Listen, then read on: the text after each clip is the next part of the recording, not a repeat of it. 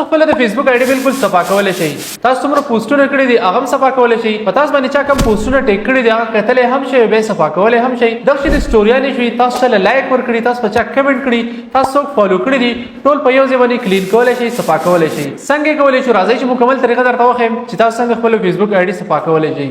ویډیو ځان سره فیورټ کوارته وي اصلي وای درنه طریقه هېرئ. دې لپاره تاسو خپل فیسبوک اکاونټ کولاو کوئ پر 3 ډاټس باندې کلیک کړئ. معمولی لاندې سکرول کړئ دلته کې لیکل دی سیټینګ اینڈ پرایویسی تاسو په دې باندې کلیک کړئ. بیا تاسو په سیټینګ باندې کلیک کړئ. لاندې سکرول کړئ دلته کې لیکل دی اکټیویټي لاک تاسو په دې باندې کلیک کړئ. کله هم تاسو په دې باندې کلیک کړئ دلته کې لیکل دی پبلک پوسټ څومره پوسټونه تاسو کړی دي هغه تاسو په کولای شئ. پبلک ټیک په تاسو باندې چا ټیک کړی دي دا چې سټوري اکټیویټي څومره پیجونه تاسو لایک کړی دي څومره کسان تاسو فالو کړی دي ویډیو واچ سرچ هیستوري او ګروپ سرچ یور کمنټس تاسو څومره کمنټس کړی تاسو څومره چا لایکس ور کړی دا ټول تاسو وګورئ. اوس کوم یو تاسو لري ګول غواړئ تاسو په باندې کلیک کړئ. کله تاسو په باندې کلیک کړئ ما باندې چا څومره پوسټونه ټیک کړی دي ما په باندې کلیک کوم ما ته ټول راوړل لا تاسو کتل شي.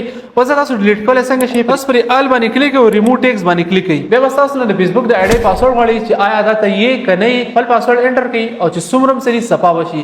په دې طریقه باندې تاسو خپل آی ډي صفا کولای شئ. په دې ویډیو د شیر هم کوي او اکیډمي فالو کړئ خامخا فالو کړئ.